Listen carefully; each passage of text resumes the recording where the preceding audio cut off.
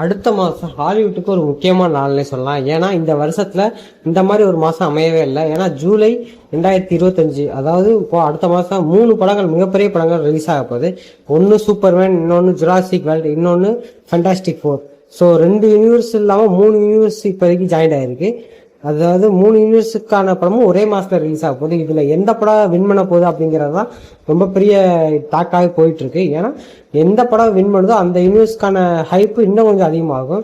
ஏன்னா ஜுராசிக் வேர்ல்டோட இதுக்கு முந்தைய படம் ஒரு ஃப்ளாப் கேட்டகரிக்குள்ளே தான் போச்சு. பட் இந்த படம் அந்த மாதிரி போகாது அப்படிங்கிற ஒரு எதிர்பார்ப்பில் இருக்குது. அது போக சூப்பர்மேன், டிசியூவோட ஃபஸ்ட்டு படமாக ரிலீஸ் ஆக போகிற சூப்பர்மேன் வெற்றி பெற்றாதான் அடுத்தடுத்து வர படங்களுக்கான ஹைப் அதிகமாக இருக்கும். ஸோ அதனால அது மேலேயும் அதிகப்படியான வாய்ப்பு இருக்கு. அது போக மார்வலோட ஃபண்டாஸ்டிக் ஃபோர் அடுத்து வரப்போற டூம்ஸ்டேக்கு மிகப்பெரிய லீடு அமைய போகுது அப்படிங்கிறதுக்காண்டி இந்த படத்துக்கு மேலேயும் ஒரு அதிகப்படியான ஹைப் இருக்கு. ஸோ இந்த 3 படமே மிகப்பெரிய ஒரு ஹைப்போட ரிலீஸ் ஆக போற படம்.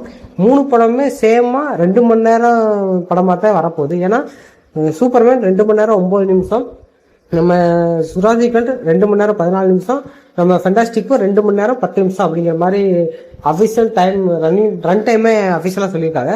ஸோ இது 3மே 2 மணி நேரம் தான் ஓட போகுது. அப்படிங்கிறப்ப 3 படத்தில் எந்த படம் ஹைப் அதிகமாக இருக்குங்கிறத தாண்டி எந்த படம் சக்ஸஸ் ஆக போகுது அப்படிங்கிறதான் எல்லாரோட மனசுலையும் தேங்கி நிற்கிற ஒரு விஷயம். என்னைய பொறுத்த வரைக்கும் ஜுராசிக் வேர்ல்டுக்கு தான் அதிகப்படியான ஃபேன்ஸ் இருக்காங்க. ஏன்னா ஜென்ரல் ஆடியன்ஸ் அதுக்கு தான் அதிகமான பேர் இருக்காங்க. மற்ற 2 படமுமே மார்வல் அண்ட் டிசி ரெண்டுக்குமே Marvel fans and DC fans தான் இருக்காங்க. மற்றபடி ஜென்ரல் ஃபேன்ஸ் கொஞ்சம் கம்மி தான். ஸோ இதில் எந்த படம் வெற்றி பெற்றாலுமே நல்லா தான் இருக்கும். பட் என்னை பொறுத்த வரைக்கும் சூப்பர்மேன் இந்த படங்களுக்கான முன்னோட்டமாக வரப்போகுது. ஏன்னா டிசியு சூப்பர்மேன் வெற்றி பெற்றாதான் அடுத்தடுத்து வர படங்கள்ல கொஞ்சம் ஹைப் அதிகமாகி டிசியூன்னு ஒன்று ரெடியே ஆகும். ஏற்கனவே டிசியூ அடிபட்டு தான் இருக்குது. ஸோ அதுக்கான வாய்ப்பு சூப்பர்மேன் மூவியில் தான் வரப்போகுது. ஸோ சூப்பர்மேன் கண்டிப்பாக சக்ஸஸ் ஆகணும்னு நான் நம்புகிறேன்.